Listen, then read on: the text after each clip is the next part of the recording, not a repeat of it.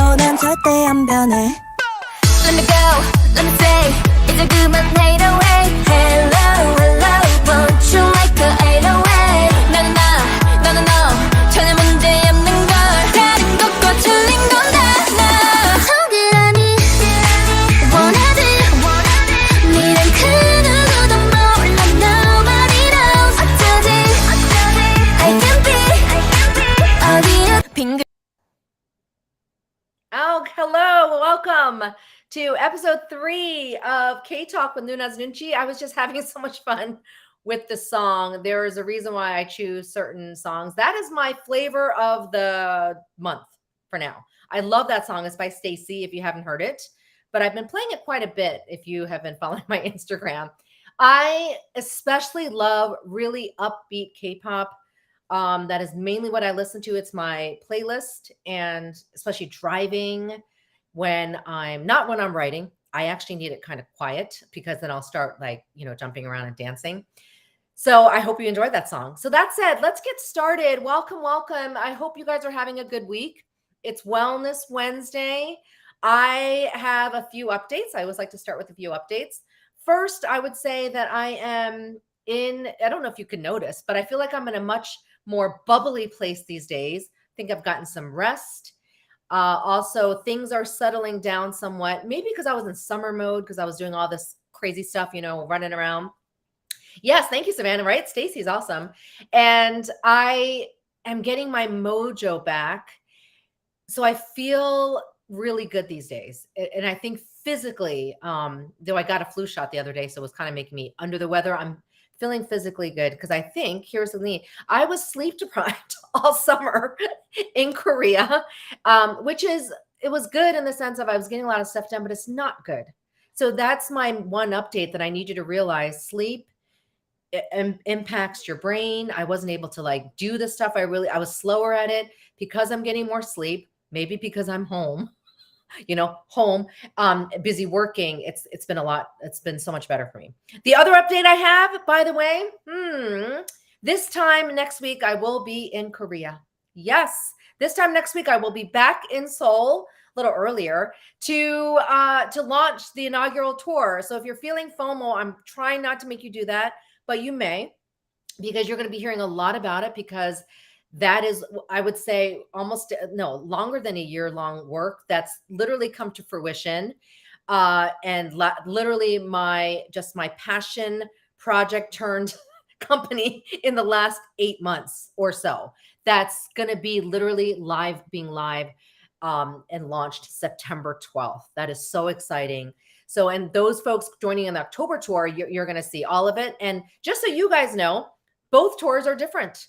They are similar but different, meaning the overall cities are the same, but based on dates and based on, logistics, you can't do everything exactly like. Plus, I cater depending on the audience, which is why sometimes the Korea team was like, oh my gosh, she's making another change. But the itinerary is critical to the tour.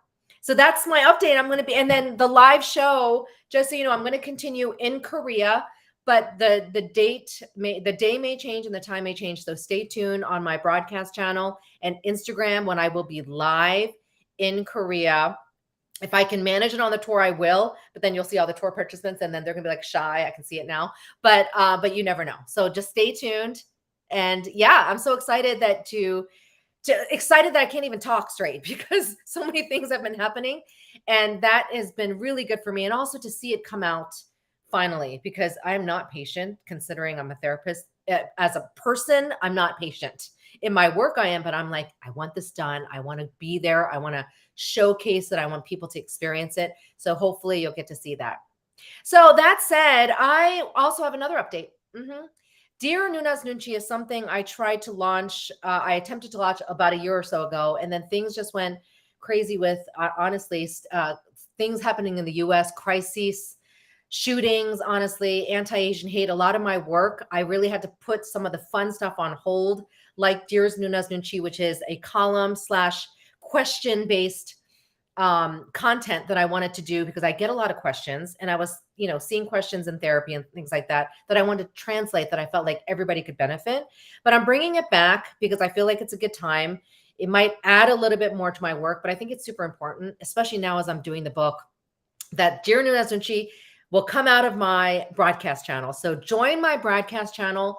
One thing I love about the broadcast channel, folks, it's more than just the stories. You actually can see other people's answers. It's a little bit more personal. So that's why I called it a place of belonging, because if we're going to make that, I guess, camaraderie and understanding that what you share is part of this platform, and I hope that people respect that, that's going to come out of the broadcast channel. So Dear Noonchi is question-based, meaning you ask me questions and I'll do the best to answer. There are times that you guys send me so many questions in DMs that I get a little stressed because I'm like, oh, that's a good question. How do I answer that? Or let me think on it, and then I forget to answer it. So this is my way of being able to answer it. And I hope I can the best I can. So look out for that. That'll be via YouTube and Instagram. But let me answer one question for today to give you a preview of what it looks like. I got this question via the broadcast channel. You probably saw it. And I get this question in many different forms.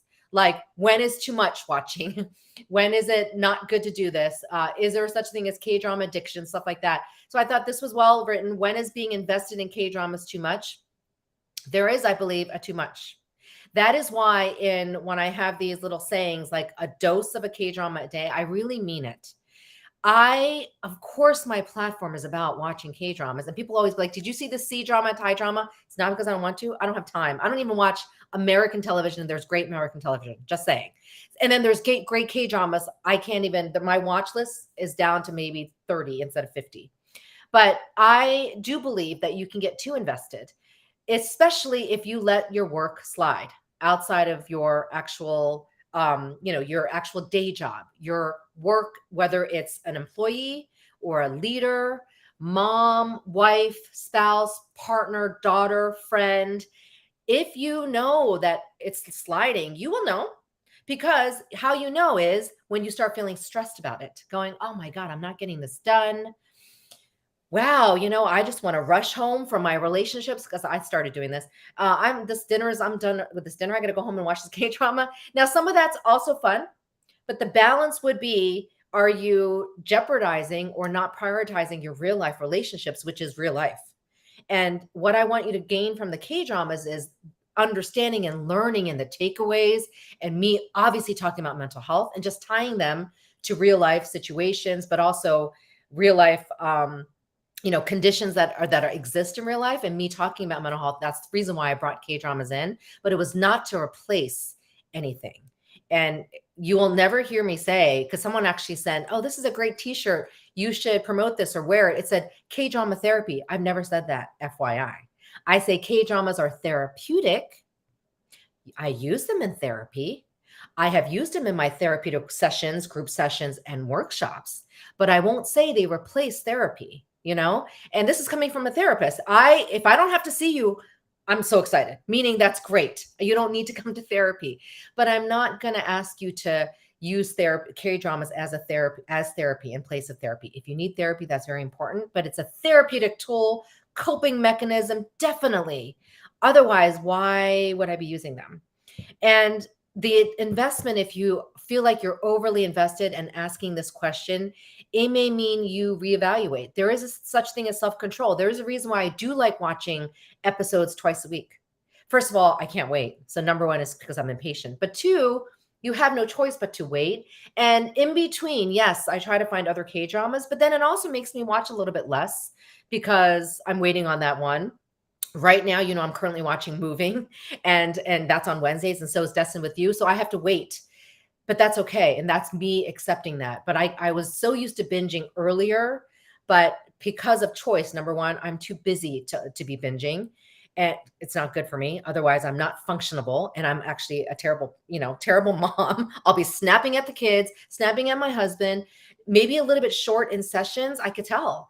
So that's what I mean by being too invested. And then two, you have to, if your mental health is suffering in real life, then obviously I'm not doing justice by telling you to keep watching them.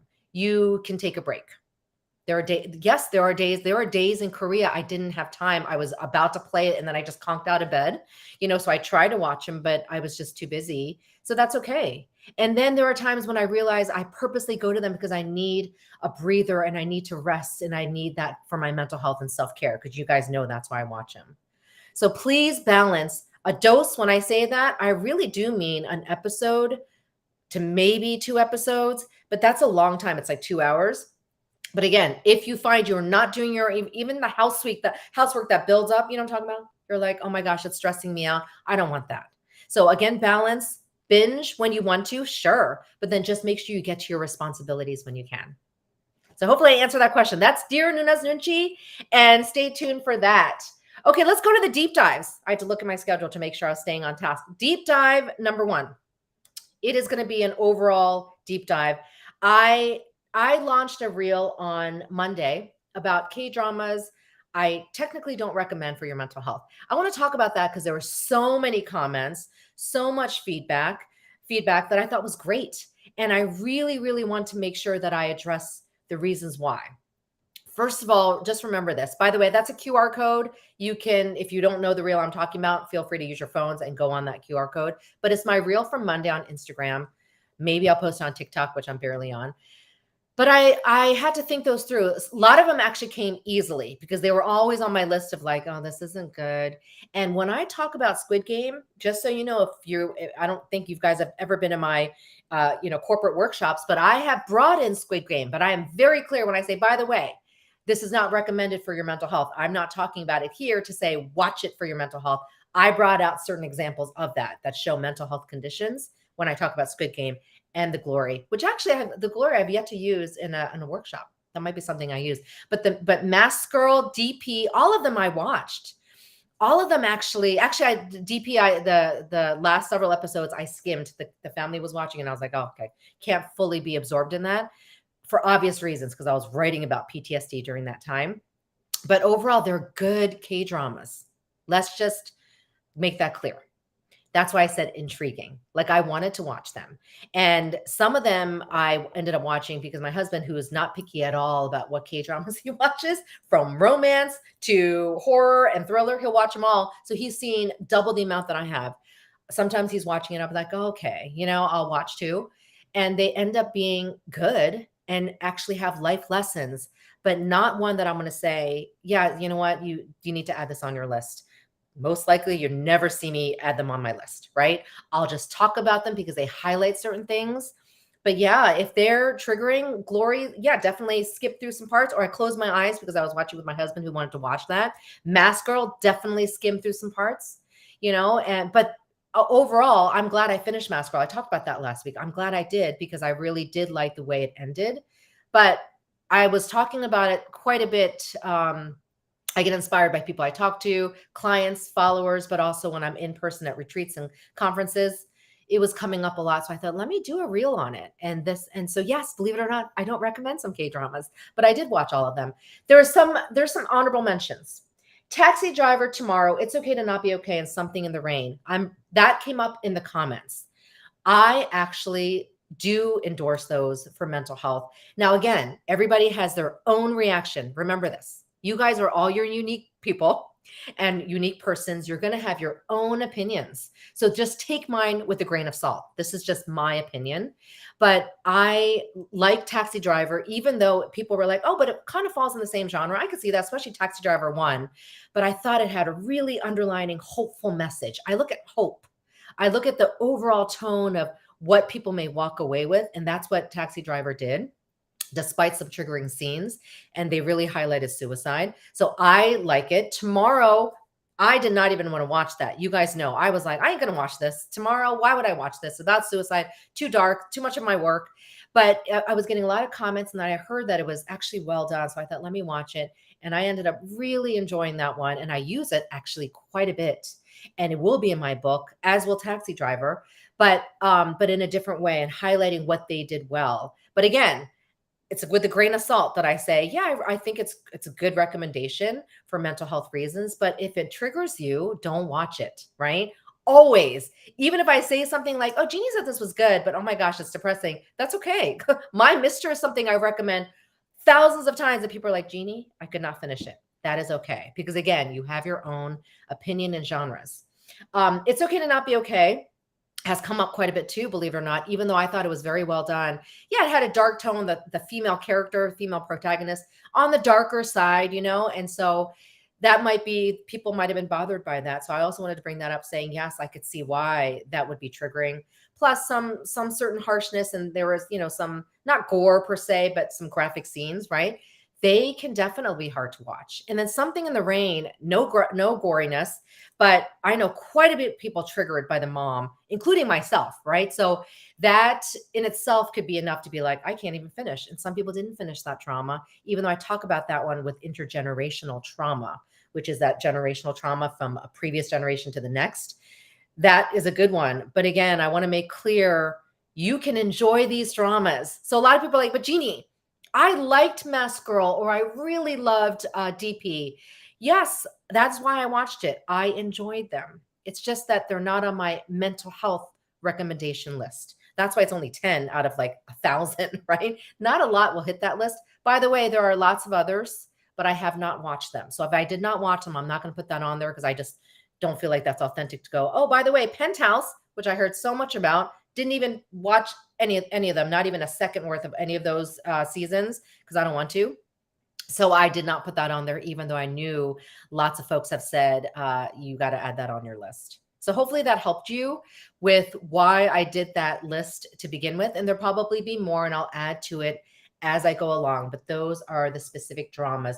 And just so you know, also any dramas involving adolescence, juvenile justice, extracurricular, it was a little bit hard when I talk about it in family sessions or with parents who are professionals. Yeah, that's where that came about. I do a lot of my own research, right? Based on who I'm working with. So I think that's important that I brought those in that I thought were somewhat triggering. And also, depending on the audience watching it, it's you have to be cautious. There's a whole such thing as trash in, trash out. Not to say these are trash, but you have to be careful of what you watch. Some of that can come out in behavior. And I've seen it. Sometimes I'm like, what are you watching? And you've heard me say this. So I think that's really important. Just like when you're watching something sad, you're like sad for a day. That all affects your mood.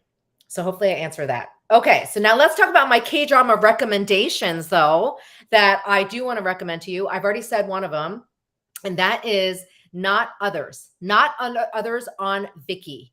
So I, for the sake of time, won't really go into this, but I really do recommend this one. I thought about it, especially working with, there's a lot of tension between mothers and daughters sometimes, just in general, across all cultures. And I really thought it was an unconventional way of looking at their communication, but they were also their own people. And when I say unconventional, it wasn't this traditional family setting, and I thought that was important to see. And I really liked the way the daughter tackled her upbringing and being proud of herself, and also being very close to her mom, but knowing the circumstances of her upbringing based on a single mother, right, who was unwed, young. And then the mother herself discovering herself and finding her, her relationship again and all that stuff, without me giving too many spoilers. Short K-drama, about, I think it's 12 episodes.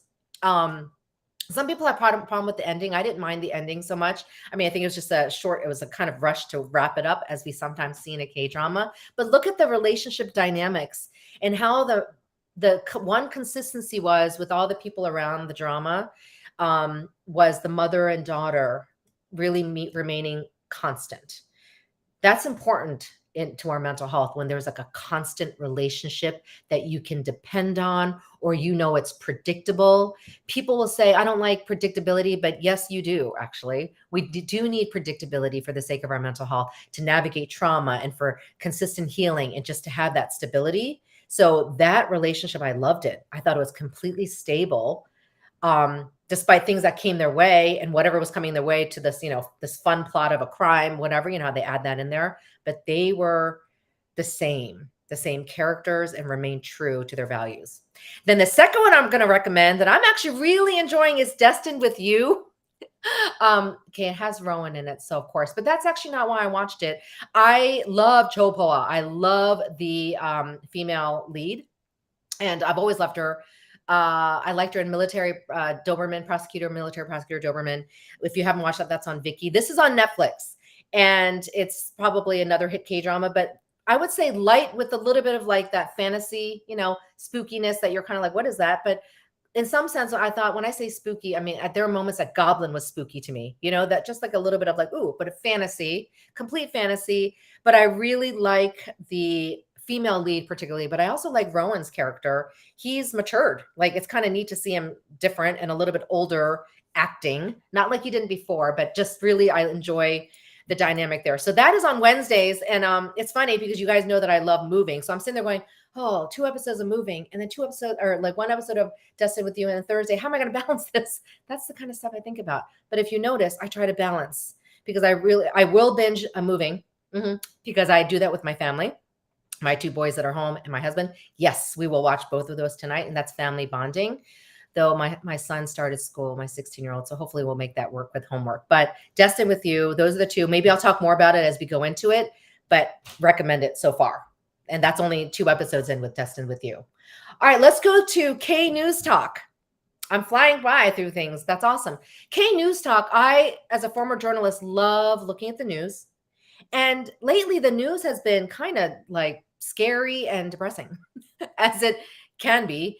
And so as I'm reading things, I'm always looking for things that perk me up. And this story came about through the Korea Herald.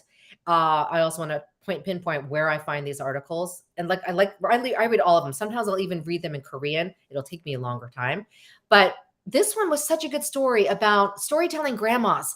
So in Korean, 이야기 할머니, 이야기 means story in the traditional word. Now you'll hear the Koreans say satori or satori, which I think is funny. It's just their way of pronouncing story in Korean. But 이야기 is the term for story. And these 할머니es ages 56, which makes me realize I'm not too far off from that age, but to 70 something, applied to be part of this program to read stories, share stories and folk tales, fairy tales, stories and storytelling to children. I think that's cool. And they have that in the libraries in the US too, right? Storytelling time and people take turns. But what I love about this is they're trying to bring, and this is part of the Korean culture, the intergenerational connection. Because these days also, you can lose that connection fast from the elder generation to the younger generation. But that's what I pulled out of it, that through the power of storytelling, which by the way, is so much of my work, K-drama storytelling. In trauma work, we share our trauma story. I ask clients to share their trauma story. So storytelling is a huge part of understanding who you are. So with children, especially in elementary school, when they're just so cute, right? And they're like eating everything up that a halmoni is reading to them. And I like that age. And I know why they did that, to show the wisdom. When we're talking about identity stages in life, and I'm studying this, children are just developing who they're trusting, right? Who they're trusting, which is their caretaker, parent, or caretaker, guardian, whoever that is. Then you have the halmonis and haribajis, who are the grandmothers and grandfathers, who are in their later stages of life, the aging population. They want to exude wisdom and they want to share their wisdom with you. You know what I'm talking about? If you're in that age group, that's what you're identifying with. You want to leave a legacy and make an impact. So I love this story where the halmonis come in and they're trained, by the way. They don't just, not anybody can just come in and go, I'm going to read a book to the class. No, I love that it's a formalized program. They're trained because they're going to have to read. It's harder than you think to read in front of a class, use all these voices, especially if you're telling folk stories and doing different characters to grasp the kids' attention. And I thought this is such a wonderful way to, in some sense, in Korean society, bridge that gap. Even here, always good to understand all generations, especially the aging population, to the young kids, because it's a circle of life, right? We were kids once, and then we've changed. We're going through different seasons of life. So, and also last thing with the storytelling, that's a great way of hearing from your elders. So in the Asian culture, especially, if you haven't seen from the K-dramas, they're not great at showing their love. They do in the K-dramas, but overall speaking, it's difficult. They're much more expressive through food, which I know you see, right? And maybe in certain things that they do for you, but expression of saying things is not easy. It's very nonverbal in the Asian culture. So through storytelling, when a grandmother or grandfather, you know how they're like, I have a story to tell you, kids. When I was little, it's their way of connecting with you. And so I've seen this from the halmonis that were interviewed in this article. I can already tell it's benefiting their mental health. Of course, the kids are enjoying it, but they're doing it because it's helping them have this purpose and then sharing their wisdom through a story. They may not be sharing their own personal story. It doesn't matter. It's still a story. And then you get to see, and one of the Hanween's interviews shared, I love seeing the kids in expressions. You know that. It's so good to, when you're talking and telling a story to somebody, don't you love seeing their expressions like, oh my gosh, or when you're talking about a K-drama, you're like, what just happened? I love that. So I had to share that. It's a positive that I'm going to bring out in the midst of a lot of negative stories that are happening. That's so important that Korea is doing. That's a formalized program. I'm thinking, oh, 56, I'm not so far off. 7 more years, or actually 6 more years, I'll get to do it. So had to share that. All right, that's my K News talk. Now, just to wrap up, so much going on. As you see, I'm working on a lot of different initiatives. When it comes to my book, you are seeing me literally live going through the things in my book. And when I ask you things about suicide, which I will address, Suicide Awareness Month week is September in the US. I'll be in Korea during that time, but I will highlight it because, first of all, it is prevalent in Korean society, but also more and more I'm seeing those numbers increase in the US, across the world with post-COVID, work stress, financial situations. I want to talk about suicide more because the more we talk about it, and you've heard me say that it is preventable. If you saw tomorrow, it is. And that's the whole point of tomorrow, that there's hope in those people that feel like they have nobody. So it's a lot about isolation. So I'm going to be thinking about how to best tackle that topic. And I'm literally writing about it now. And I pushed it back, but I have to finish it this week because I want to move on to the fun wrap up stuff in my book. So that said, continue with your questions. Please join my broadcast channel because that's just where I'm going to try to foster a little bit about the community space and feedback and answer your questions for Dear Noona Noonchi. So that's it. I will see you. You'll probably see me again, still here, but in the next week, you will see me in Korea. Meet you there. Can't wait. Bye, guys. Have a great rest of the day, evening. See you tomorrow. See you next week.